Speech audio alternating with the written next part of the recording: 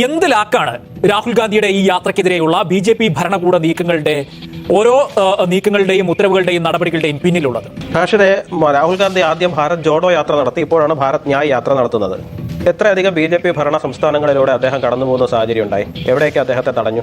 ഒരിടത്തും തടഞ്ഞില്ലല്ലോ. എവിടെയെങ്കിലും അദ്ദേഹത്തിന് പോയി പ്രശ്നം ഉണ്ടാക്കിയോ? അദ്ദേഹത്തിന്റെ റാലി തടയുകയോ അവിടെ പോയി മുദ്രാവാക്യം വിളിക്കുകയോ അല്ലെങ്കിൽ അതിനെന്തെങ്കിലും ഉണ്ടാക്കുന്ന പ്രശ്നങ്ങൾ എന്തെങ്കിലും ഉണ്ടായോ?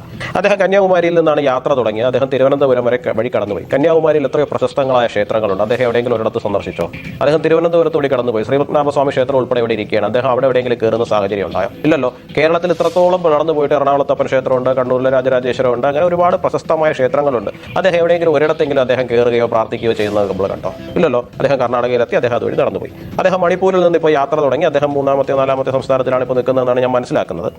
ഈ പറയുന്ന മണിപ്പൂരിലാവട്ടെ അരുണാചൽ പ്രദേശിലാവട്ടെ അദ്ദേഹം ഏതെങ്കിലും ക്ഷേത്രങ്ങളിൽ പോകുന്നുണ്ടോ? ഇല്ല. അപ്പൊ അദ്ദേഹത്തിന് ഈ ജനുവരി 22-ാം തീയതി അദ്ദേഹം ഇവർ രാഷ്ട്രീയമാണ് എന്ന് പറഞ്ഞതുകൊണ്ട് ഞാൻ അതിന് രാഷ്ട്രീയമായിട്ട് തന്നെ മറുപടി പറയണം. അപ്പൊ രാഷ്ട്രീയ ലാക്കോട് കൂടിയുള്ള ഒരു ക്ഷേത്ര സന്ദർശനമായിരുന്നു രാഹുൽ ഗാന്ധി നടത്താൻ ഉദ്ദേശിച്ചതെന്നുള്ള കാര്യം വ്യക്തമാണ്. രാഷ്ട്രീയ ലാക്കോട് കൂടിയും രാഷ്ട്രീയ ലാക്കോടെ അല്ലാതെയും ഒക്കെ ഒരു പ്രതിപക്ഷ നേതാവിനോ ഭരണപക്ഷ നേതാവിനോ ആർക്ക് വേണമെങ്കിലും പോകാവുന്നതേ ഉള്ളൂ. അതിലൊന്നും തെറ്റില്ല. അപ്പൊ അതിന്റെ അകത്ത് രാഷ്ട്രീയം ഇങ്ങോട്ട് ആരോപിച്ചത് കൊണ്ട് ഞാൻ തിരിച്ചു ചോദിച്ചേ ഉള്ളൂ. ഇത്രയും നാളില്ലാത്ത ഒരു ക്ഷേത്ര സ്നേഹം പെട്ടെന്ന് എന്തുകൊണ്ട് രാഹുൽ ഗാന്ധിക്ക് ഉണ്ടായി എന്നുള്ള കാര്യം ഞാനൊന്ന് ഭംഗിതരേണ സൂചിപ്പിച്ചു എന്നുള്ളത് മാത്രമേ ഉള്ളൂ. മറുവശത്ത് ഇന്ന് അയോധ്യയിൽ പ്രാണപ്രതിഷ്ഠ നടക്കുന്നു. അവിടെ പ്രധാനമന്ത്രി അതിന്റെ മുഖ്യ കാർമ്മികത്വം വഹിക്കുന്നു.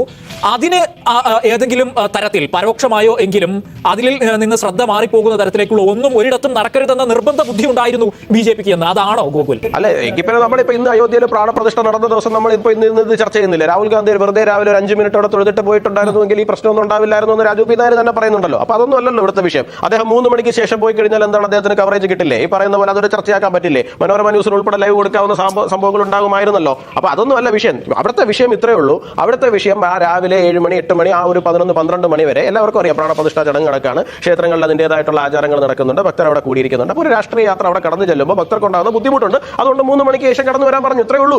സർക്കാർ താല്പര്യം ഉണ്ടായിരുന്നില്ല എങ്കിൽ ഈ സന്ദർശനത്തിന്റെ കാര്യത്തിൽ മുഖ്യമന്ത്രി ഇടപെടുന്നു. അവിടുത്തെ സുരക്ഷാ പ്രശ്നങ്ങൾ, മറ്റു വിശ്വാസികൾ വരുമ്പോൾ പ്രാണപ്രതിഷ്ഠ നടക്കുന്ന സമയത്ത് അവിടെ തിരക്കുണ്ടാകുന്നത് ഉൾപ്പെടെയുള്ള കാര്യങ്ങൾ കണക്കിലെടുത്ത് രാഹുൽ പോകരുത് ഒരു അഭ്യർത്ഥന മാത്രമാണ് ആ മുഖ്യമന്ത്രിയിൽ നമ്മൾ കേട്ടതെങ്കിൽ ശരിയാണ് എന്ന് വകവെക്കാമായിരുന്നു. അല്ല, രാഷ്ട്രീയം തന്നെയാണ് ഇവിടുത്തെ പ്രശ്നം. എന്താന്ന് പറഞ്ഞു കഴിഞ്ഞാൽ ഈ നോർത്ത് ഈസ്റ്റ് സംസ്ഥാനങ്ങൾ കോൺഗ്രസിന്റെ കയ്യിൽ നിന്ന് പിടിവിട്ടു പോകുന്നതിന് പ്രധാന കാരണക്കാരനായ ഒരാൾ ഹിമന്ത ബിശ്വ ശർമ്മയാണ്. അദ്ദേഹവും രാഹുൽ ഗാന്ധിയും തമ്മിലുള്ള പേഴ്സണൽ ആയിട്ടുള്ള പല പ്രശ്നങ്ങളും ഉണ്ടായിരുന്നു എന്നുള്ള കാര്യം നമുക്കറിയാം. അപ്പൊ അദ്ദേഹം അവിടെ നിന്ന് പുറത്തിറങ്ങുകയും BJPയിലേക്ക് വരികയും BJP അവിടെ തുടർച്ചയായിട്ട് മന്ത്രിസഭ രൂപീകരിക്കുകയും ചെയ്യുന്നതിൽ കോൺഗ്രസിന് അദ്ദേഹത്തിനോട് പ്രശ്നം ഉണ്ടാവും. സ്വാഭാവികമായിട്ടും അവർ രാഷ്ട്രീയമായി ഉന്നയിക്കുന്ന ആരോപണങ്ങൾക്ക് അപ്പുറത്തേക്ക് ഇതിനകത്തൊക്കെ എന്തെങ്കിലും കഴമ്പുണ്ട് എന്ന് ഞാൻ വിശ്വസിക്കുന്നില്ല. കാരണം BJP ഭരിക്കുന്ന സംസ്ഥാനങ്ങളിലൂടെ എത്രയോ സംസ്ഥാനങ്ങളിലൂടെ ഇത് കടന്നുപോയി. ഇപ്പൊ കർണാടകയിലൂടെ ഇത് കടന്നു പോകുന്ന സമയത്ത് BJP തന്നെയല്ലേ അവിടെ ഭരിച്ചിരുന്നത്. എന്തെങ്കിലും പ്രശ്നം അവർക്കുണ്ടായോ? എത്രയോ BJP ഭരണ സംസ്ഥാനങ്ങളിലൂടെ സമയത്ത് BJP ആണ് ഭരിച്ചത്. കോൺഗ്രസിനാണ് രാഹുൽ ഗാന്ധിക്ക് എന്നാണ് യുവരാജ് ഗോകുലിന്റെ. ഇതുകൊണ്ട് ലാഭം ഇപ്പൊ കോൺഗ്രസിന് മാത്രമല്ലേ ഉള്ളൂ. റാഷിദ് ഒരു സംഭവം നടക്കുമ്പോൾ അതിന്റെ പൊളിറ്റിക്കൽ ഗെയിൻ ആർക്കാൻ നോക്കൂ. ഇന്നിപ്പോ രാഹുൽ ഗാന്ധി 5 മിനിറ്റ് അവിടെ പോയിരുന്നുണ്ടെങ്കിൽ ചർച്ചയായതുകൊണ്ടാണ്. ഇതൊരു ഇഷ്യൂ ആയതുകൊണ്ട് മാത്രമാണ്. ഇഷ്യൂ ആയതിന്റെ ബെനിഫിറ്റ് ആർക്കാണ്? രാഹുൽ ഗാന്ധിക്ക് ന്യായ യാത്രയ്ക്ക് മാത്രമാണ്.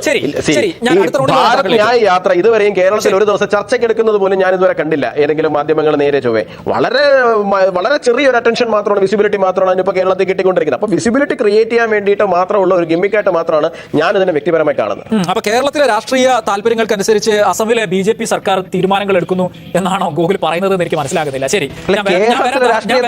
പറഞ്ഞില്ല. താങ്കൾ വിസിബിലിറ്റിയുടെ കാര്യം പറഞ്ഞപ്പോ ഇത് അവിടുത്തെ രാഷ്ട്രീയ താല്പര്യമാണ് ഇവിടുത്തെ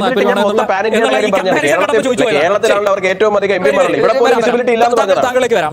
ഇന്ന് ഈ പ്രതിഷ്ഠാ ചടങ്ങ് നടക്കുന്നതിന്റെ മുൻപ് തന്നെ അല്ലെങ്കിൽ അതുമായി ബന്ധപ്പെട്ടുള്ള ഈ ദിവസം തന്നെ ഇന്ത്യ മുന്നണിയിലെ വിവിധ നേതാക്കൾ വ്യത്യസ്ത തരത്തിലുള്ള പരിപാടികൾ അവരുടെ രാഷ്ട്രീയ നയ പ്രഖ്യാപനത്തിന്റെ ഭാഗമായി നടത്തിയിട്ടുണ്ട്. അത് രാഷ്ട്രീയമാണ്, നമുക്കറിയാം, അത് രാഷ്ട്രീയമാണ്. അതിനകത്ത് ഇന്ത്യ മുന്നണിക്ക് ഒന്നാകെ ഈ അയോധ്യയിലെ പ്രാണപ്രതിഷ്ഠയിൽ BJP രാഷ്ട്രീയം കളിക്കുന്നു, രാമനെ രാഷ്ട്രീയ ആയുധമാക്കുന്നു എന്നുള്ള അഭിപ്രായം കൊണ്ട് അത് അവർ പങ്കുവച്ചിട്ടുണ്ട് ഇതിനകം തന്നെ. അതിന്റെ അടിസ്ഥാനത്തിൽ ആ രാഷ്ട്രീയത്തെ ഹൈജാക്ക് ചെയ്യാൻ മറുവശത്ത് അവർ രാഷ്ട്രീയ പദ്ധതി ആവിഷ്കരിക്കുന്നു. ഇത്തരം ഒരു രാഷ്ട്രീയ പ്രതിരോധം തന്നെയായിരിക്കണം രാഹുൽ ഗാന്ധിയും ഉദ്ദേശിച്ചത്. പക്ഷേ അതിന് സമ്മതിച്ചില്ല BJP എന്നുള്ളതാണ് ഇവിടെ ലാൽകുമാറും ഒപ്പം രാജു പി നായരും ചൂണ്ടിക്കാണിക്കുന്നത്. ആ ജാഥയുടെ ഭാഗമായ വ്യക്തി പറയുന്നു ഇതിനകത്ത് രാഹുൽ മാത്രമായി ക്ഷേത്രത്തിൽ ക്ഷേത്രത്തിനകത്ത് അല്ലെങ്കിൽ ആ തീർത്ഥാടന കേന്ദ്രത്തിനകത്ത് പോകുന്നതിനെ പറ്റി ചർച്ച നടന്നിട്ടും അതിന് വഴങ്ങുന്ന നിലയുണ്ടായില്ല എന്നത്. അപ്പോൾ മുകളിൽ നിന്ന് സർക്കാരിന്റെ ഒരു തീരുമാനമാണ് എന്ന് അതിന്റെ തലേ ദിവസം മുൻപ്, അതായത് ഈ തീർത്ഥാടന കേന്ദ്ര അധികൃതർ പറയുന്നതിന് മുൻപേ മുഖ്യമന്ത്രി ഈ നിലപാട് പറഞ്ഞപ്പോൾ അതുകൂടെ ചേർത്ത് വായിച്ചുകൊണ്ട് വിമർശിക്കുകയാണ്. കുറച്ച് നേരത്തെ തന്നെ ചോദിച്ചല്ലോ, ശ്രീ രാജു പി നായരിലേക്ക് പോകുന്നതിന് മുമ്പ് റാഷിദ് എന്നോട് ചോദിച്ച കുറച്ച് ചോദ്യങ്ങളുണ്ടായിരുന്നു. അതായത് ഉദ്ധവ് താക്കറെ പോയി, മമതാ ബാനർജി പോയി, പല ഇന്ത്യ മുന്നണി നേതാക്കൾ, അരവിന്ദ് കെജ്രിവാൾ പോയി, ഇന്ത്യ മുന്നണി നേതാക്കൾ ഒരുപാട് പേര് പോയി.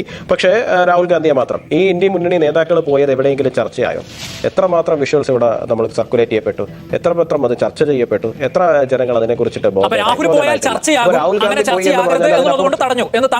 അത് തന്നെ അല്ല, രാഹുൽ ഗാന്ധി പോയാലും അതിനപ്പുറത്തേക്ക് ഒന്നും സംഭവിക്കാനില്ലായിരുന്നു എന്ന് മാത്രമാണ് ഞാൻ പറഞ്ഞത്. ഇപ്പൊ രാജു പി നായർ പറഞ്ഞു അദ്ദേഹം നേരിട്ട് അടുത്ത് നിന്ന് കേട്ടതാണ്, രാഹുൽ ഗാന്ധി മാത്രമായിട്ട് 5 മിനിറ്റോടെ പോയി തൊഴുതിട്ട് വരുന്നു എന്ന് പറഞ്ഞു കഴിഞ്ഞാൽ അതിന്റെ അകത്ത് എന്ത് വിഷ്വൽസ് ആവാനാണെന്ന്. 3 മണിക്ക് ശേഷം അദ്ദേഹം പോയി തൊഴുന്ന തലത്തിലുള്ള വിഷ്വൽസ് പുറത്തു വന്നാലും അതും ഇന്ന് തന്നെ പുറത്തു വരുന്ന വിഷ്വൽസ് അല്ലേ? ആ വിഷ്വൽസ് കൊണ്ടും അവർക്ക് ഉദ്ദേശിക്കുന്ന കാര്യം തന്നെ നടക്കുമായിരുന്നല്ലോ. അപ്പൊ 3 മണിക്ക് ശേഷം പോയി തൊഴുക എന്നുള്ള അപ്പൊ സ്വാഭാവികമായിട്ട് ഫ്രീ ടൈം തന്നെ കിട്ടുമായിരുന്നല്ലോ. രാവിലത്തെ സാധനവുമായിട്ട് ഇങ്ങനെ എന്താണ് ഒരു കോൺടസ്റ്റ് വരുന്ന ഒരു സാഹചര്യം രാഹുൽ ഗാന്ധിക്ക് ഒരു ഫ്രീ റൺ തന്നെ 3 മണിക്ക് ശേഷം എത്തുന്നതിന് മുമ്പ് രാഹുൽ ഒരു ആരാധനാ കേന്ദ്രത്തിൽ സന്ദർശനം നടത്തുന്നതിന്റെ സമയത്തിനും ആ വിഷ്വൽസിനും പ്രാധാന്യമില്ലേ? എന്ത് പ്രാധാന്യം? അല്ല, ഞാൻ പറയുന്നത് ഇപ്പൊ രാജു പി നായർ തന്നെ പറയുന്നത് പോലെ തന്നെ 5 മിനിറ്റ് തൊഴുതിട്ട് പോയാൽ മതി എന്ന് പറയുമ്പോൾ അവിടെ പിന്നെ വിഷ്വൽസിന് പ്രാധാന്യമേ വരുന്നില്ലല്ലോ. അവിടെ വിഷ്വൽസിന് പ്രാധാന്യമേ വരുന്നില്ലല്ലോ എന്നാണ്. പിന്നെ 2-3 കാര്യങ്ങൾ പിന്നെ ബാക്കി ഞാൻ തുടർന്ന് പറഞ്ഞോളട്ടെ. ഒന്ന്, അദ്ദേഹം പറഞ്ഞാണ് അദ്ദേഹത്തിന് എന്നോട് വിയോജിക്കാനേ കഴിയുള്ളൂ എന്നാണ് ലാൽകുമാർ അദ്ദേഹം പറയുന്നത്. അദ്ദേഹത്തിന് എന്നോട് വിയോജിക്കാനേ കഴിയുള്ളൂ. കാര്യം വെച്ച് കഴിഞ്ഞാൽ ഇവർ രണ്ടുപേരും ഒരു മുന്നണിയാണല്ലോ കേരളം വിട്ട് കഴിഞ്ഞാൽ. ഇപ്പോൾ സ്വാഭാവികമായിട്ട് അദ്ദേഹത്തിന്റെ ഒരു നിലപാടെടുക്കുമ്പോൾ അപ്പുറത്തെ സ്വന്തം മുന്നണിയോട് ചേർന്നിട്ടുള്ള നിലപാടല്ലേ എടുക്കാൻ കഴിയുള്ളൂ. അതുകൊണ്ട് തന്നെ അദ്ദേഹം എന്നോട് യോജിക്കും എന്നൊന്നും ഞാൻ അതിനകത്ത് വിശ്വസിക്കുന്നില്ല. പിന്നെ ബാബറി മസ്ജിദ് പൊളിച്ചത് കൊണ്ട് പണിഞ്ഞ ക്ഷേത്രമാണെന്ന് അദ്ദേഹം പറഞ്ഞു. തെറ്റാണ്. ബാബറി മസ്ജിദ് പൊളിച്ചത് കൊണ്ടല്ല അത് പണിഞ്ഞത്, സുപ്രീം കോടതി വിധി വന്നതുകൊണ്ടാണ് ആ ക്ഷേത്രം പണിഞ്ഞത്. സുപ്രീം കോടതി വിധി വന്നു കഴിഞ്ഞാൽ ഈ പറയുന്ന മസ്ജിദിന്റെ സ്ട്രക്ചർ അവിടെ നിന്നിരുന്നുവെങ്കിലും അത് സ്വാഭാവികമായിട്ടും ലോഫുൾ ആയിട്ട് തന്നെ പൊളിച്ചിട്ട് ക്ഷേത്രം പണിയുന്ന സാഹചര്യം ഉണ്ടായിരുന്നു. സുപ്രീം കോടതിയുടെ വിധിയുടെ അടിസ്ഥാനത്തിലാണ് അവിടെ ക്ഷേത്രം പണിഞ്ഞിരിക്കുന്നത്. അല്ലാണ്ട് ബാബറി മസ്ജിദ് പൊളിച്ചത് കൊണ്ട് അവിടെ ക്ഷേത്രം ഇനി പണിഞ്ഞോട്ടെ എന്ന് വിചാരിച്ച് ആയിട്ടുള്ള വലിയൊരു എററാണ്. പിന്നെ എന്താ കേട്ടില്ല? അത് പൊളിച്ചത് വലിയ ക്രിമിനൽ കേട്ടില്ല.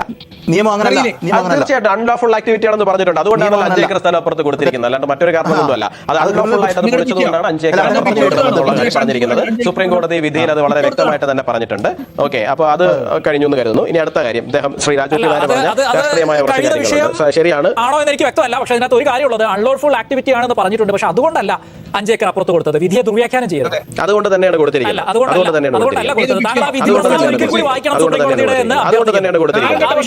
മറ്റൊന്നാകും എന്നുള്ളതുകൊണ്ട് സുപ്രീം കോടതി വിധിയൊക്കെ വായിക്കാം, അതിനകത്തൊന്നും പ്രശ്നമാണ്. അപ്പൊ അതുകൊണ്ടാണ് 5 ഏക്കർ അപ്പുറത്ത് കൊടുത്തത്. സുപ്രീം കോടതി വിധിക്ക് എതിരായ വ്യാഖ്യാനമാണ്, സുപ്രീം കോടതിയുടെ സ്പിരിറ്റിനെതിരായ വ്യാഖ്യാനമാണ്. അങ്ങനെ സുപ്രീം കോടതി വിധി അങ്ങനെ തന്നെയാണ് പറയുന്നത്. അൺലോഫുൾ ആയിട്ടാണ് അത് പൊളിച്ചത്, അവരെ അവിടെ നിന്ന് അങ്ങനെ ഇറക്കി ശരിയായില്ല. അപ്പൊ അതുകൊണ്ട് തന്നെ അവർക്ക് 5 ഏക്കർ സ്ഥലം അതിനകത്ത് കൊടുക്കാൻ കാർക്കശ്യം പിടിക്കുന്നുണ്ടെങ്കിൽ ആ വിധി പ്രസ്താവന വായിക്കാം. ഇന്ന് ആ വിഷയമായിരുന്നു അല്ല, അങ്ങനെയാണെന്നുണ്ടെങ്കിൽ ലാൽകുമാറിന്റെ താങ്കൾ വായിപ്പിക്കണം. ബാബറി മസ്ജിദ് പൊളിച്ചത് കൊണ്ടാണ് അവിടെ ക്ഷേത്രം പണിഞ്ഞത് എന്നുള്ളത് കൂടി വായിപ്പിക്കണം. അല്ല, കാര്യങ്ങൾ മറ്റൊന്നുമല്ല റാഷിദെ, ഇന്ന് ആ വിഷയമായിരുന്നു ചർച്ച ചെയ്യുന്നുണ്ടെങ്കിൽ ഞാൻ ആ ജഡ്ജ്മെന്റിന്റെ കോപ്പിയുമായിട്ട് വരികയും നമുക്ക് ആ ഭാഗം വിശദമായിട്ട് ചർച്ച ചെയ്യുമായിരുന്നു. ഒരു പ്രശ്നം അതിനകത്ത് ഉണ്ടായിരുന്നില്ല. പക്ഷെ ഇന്ന് ആ വിഷയം അല്ലല്ലോ ചർച്ച. അതുകൊണ്ട് മാത്രമാണ് ആ ഭാഗം എന്റെ കയ്യിൽ ഇപ്പോൾ ജഡ്ജ്മെന്റിന്റെ കോപ്പി എടുത്ത് വെച്ചിട്ട് വായിക്കാൻ വേണ്ടിയിട്ട് പേജ് നമ്പർ ഉൾപ്പെടെ തയ്യാറാക്കി. 1045 പേജുകളുള്ള ഒരു വിധിന്യായമാണത്. ആ വിധിന്യായത്തിനകത്ത് അത് ഏത് പേജിൽ കിടക്കുന്നു, ഇവിടെ കിടക്കുന്നു, ഈ വളരെ ചുരുങ്ങിയ സമയത്തുള്ള തപ്പിയെടുക്കുന്നതിനകത്ത് കുറച്ച് ബുദ്ധിമുട്ടുണ്ട്. അതുകൊണ്ട് വസ്തുതാവിരുദ്ധതയുണ്ടെന്ന് മാത്രമാണ് ചൂണ്ടിക്കാട്ടിയത്. താങ്കൾ പറയുന്ന പോലെ ഇന്ന് ആ ചർച്ചയിലേക്ക് ഒരു വസ്തുതാവിരുദ്ധതയുമില്ല. സുപ്രീം കോടതി വളരെ വ്യക്തമായിട്ട് പറഞ്ഞിരിക്കുന്നത് അത് പൊളിച്ചത് ഒരു അൺലോഫുൾ ആക്ടിവിറ്റി ആയിരുന്നു. അൺലോഫുൾ എന്ന് പറഞ്ഞു കഴിഞ്ഞാൽ ലോഫുൾ ആയിട്ട് ചെയ്യാമായിരുന്നു. സുപ്രീം കോടതി വിധി വന്നതിന് ശേഷം ലോഫുൾ ആയിട്ട് ചെയ്യാമായിരുന്നു എന്നുള്ളതാണ് അതിന്റെ അർത്ഥം. അപ്പോൾ അൺലോഫുൾ ആയിട്ട് പൊളിക്കുകയും അവർക്ക് ഒരു ബുദ്ധിമുട്ടുണ്ടാക്കുകയും ചെയ്തതുകൊണ്ട് അതിന്റെ ഒരു കോമ്പൻസേഷൻ എന്നുള്ള നിലയിലും കൂടിയാണ് 5 ഏക്കർ വസ്തു കൊടുക്കാൻ വേണ്ടിയിട്ടുള്ള തീരുമാനം സുപ്രീം കോടതി പറഞ്ഞിരിക്കുന്നതെന്നാണ് ഞാൻ അത് വായിച്ചതിൽ നിന്ന് ഞാൻ മനസ്സിലാക്കിയ കാര്യം.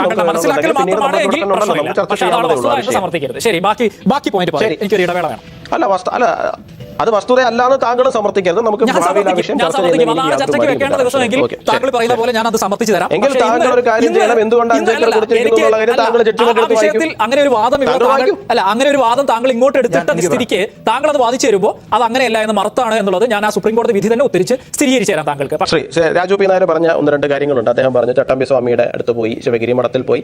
ഈ ചട്ടമ്പി സ്വാമി അദ്ദേഹത്തിന്റെ അടുത്ത് പോകുന്നതും ശിവഗിരി മഠത്തിലൊക്കെ പോകുന്നതും നമ്മളൊരു ക്ഷേത്രങ്ങളിൽ പോകുന്നത് പോലെ അല്ല. പലപ്പോഴും ഈ രാഷ്ട്രീയ ജാഥകൾ വരുന്ന സമയത്ത് ചില സമുദായ നേതാക്കളെയും ഒക്കെ അവരുടെ ഒന്ന് കൂടെ നിർത്താൻ വേണ്ടിയിട്ട് പോകുന്നത് പോലെ അല്ലാതെ ഈ പറയുന്ന പോലെ ഒരു ക്ഷേത്ര സന്ദർശനങ്ങളിലേക്ക് രാഹുൽ ഗാന്ധി ഈ പറയുന്ന യാത്രയുടെ ഇടയ്ക്ക് എങ്കും പോകുന്നത് രാഹുൽ ഗാന്ധി കഴിഞ്ഞ അദ്ദേഹത്തിന്റെ പെട്ടെന്ന് ജനുവരി 22-ാം തീയതി ഇഷ്ടംപോലെ ക്ഷേത്രങ്ങൾ സന്ദർശിച്ചിട്ടുണ്ട്. ഞാൻ അവിടെ കർണാടകയിൽ ഉണ്ടായിരുന്നു തെരഞ്ഞെടുപ്പ് റിപ്പോർട്ടിംഗിന്റെ. കർണാടക തിരഞ്ഞെടുപ്പിന്റെ സമയത്തല്ലേ ഭാരത് ജോഡോ യാത്ര സമയത്ത് പോയില്ലല്ലോ എന്നാണ് ഞാൻ ചോദിച്ചത്. രാഹുൽ ഗാന്ധി ടെമ്പിൾ റൺ ഒരുപാട് നടത്തിയിട്ടുണ്ട്. ഗുജറാത്ത് തെരഞ്ഞെടുപ്പ് സമയത്ത് അദ്ദേഹം ഒരുപാട് ടെമ്പിൾ റൺ നടത്തിയിട്ടുണ്ട്.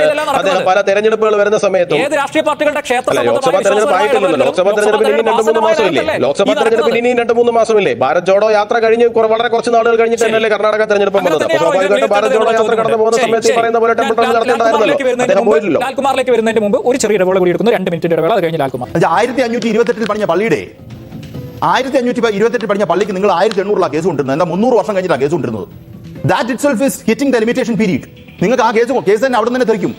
അപ്പം സത്യത്തിൽ ആ ജഡ്ജ്മെന്റുമായി ബന്ധപ്പെട്ട് ഒരുപാട് അഭിപ്രായ വ്യത്യാസങ്ങൾ രാജ്യത്ത് പൊട്ടത്തോടെ നിൽക്കട്ടെ. പക്ഷേ ഇവിടെ പറഞ്ഞ അടിസ്ഥാനപരമായ തെറ്റ് രണ്ടും തമ്മിൽ മിക്സ് ചെയ്തു എന്നുള്ളതാണ്. അത് മിക്സ് ചെയ്ത് തന്നെയാണ് പറഞ്ഞത്. അതിനകത്ത് സംശയിക്കേണ്ട കാര്യമില്ല. അത് ഒരു കോംപ്രമൈസ് എന്നുള്ള ഒരവസ്ഥയിൽ അവർക്ക് കൊടുത്ത പ്രോപ്പർട്ടിയാണ്. അതല്ലാതെ അതാണ് ക്രിമിനൽ കുറ്റത്തിന്. ഇപ്പൊ ക്രിമിനൽ കുറ്റം ചെയ്തതിന് എന്താണ് സൊല്യൂഷൻ? അതിന് പകരമായിട്ട് കൊടുത്താണ് ഇത്. അങ്ങനെയാണെങ്കിൽ ക്രിമിനൽ കുറ്റമുള്ളവരെല്ലാം വീട്ടിൽ പോയോ? Criminal is different, civil is different. ഇതാണ് അവിടുത്തെ സത്യാവസ്ഥ. പിന്നെ അദ്ദേഹം പറഞ്ഞ മറ്റൊരു കാര്യം, ഈ പറയുന്ന ബാക്കിയുള്ളവരെ കാണിച്ചില്ലല്ലോ. ബാക്കിയുള്ളവരെ കാണിക്കത്തില്ലോ എന്നുള്ളതല്ല. രാഹുൽ ഗാന്ധി ഉണ്ടായിരുന്നുവെങ്കിൽ അത് കാണിച്ചേനെന്നാണ് ഞാൻ കരുതുന്നത്. ഈ ലാൽകുമാർ കൗണ്ടർ ചെയ്ത അയോധ്യ വിഷയത്തിൽ എന്തെങ്കിലും പോയിന്റ് ഉണ്ടെങ്കിൽ അത് ചുരുങ്ങിയ വാക്കുകളിൽ പറഞ്ഞാൽ. തീർച്ചയായിട്ടും ഞാൻ ജഡ്ജ്മെന്റിന്റെ കയ്യിലുണ്ട്. Page number 922, point number 800, paragraph number 800. The allotment of land to the Muslims is necessary because though on a balance of probabilities, the evidence in respect of the possessory claim of the Hindus to the composite whole of the disputed property stands on a better footing than the evidence adduced by the Muslims. The Muslims were dispossessed upon the discretion of the Boscon December 1949, 22-23, which was ultimately destroyed on the 6th December 1992. There was no abandonment of the mosque by the Muslims. This court in the exercise of this power under Article 140 of the Constitution. അതാണ് കൃത്യമായിട്ട് പറയുന്നത്. അതായത് അതിന് തികയില്ല എന്നുള്ളത് കൊണ്ട് ഞാൻ 3 പേര് കൈയുയർത്തുന്നത് ഞാൻ കാണുന്നത്. നിങ്ങൾ വായിക്കാനാണ് പറഞ്ഞത്. ഞാൻ കൃത്യമായിട്ട് വായിച്ചു തന്നിട്ടുണ്ട്. അതിനകത്ത് വളരെ കൃത്യമായിട്ട് പറയുന്നുണ്ട്. ഈ ടോക്കിംഗ് പോയിന്റിന്റെ ഭാഗമായി കൗണ്ടർ പോയിന്റിൽ നിഷാ പുരുഷോത്തമൻ.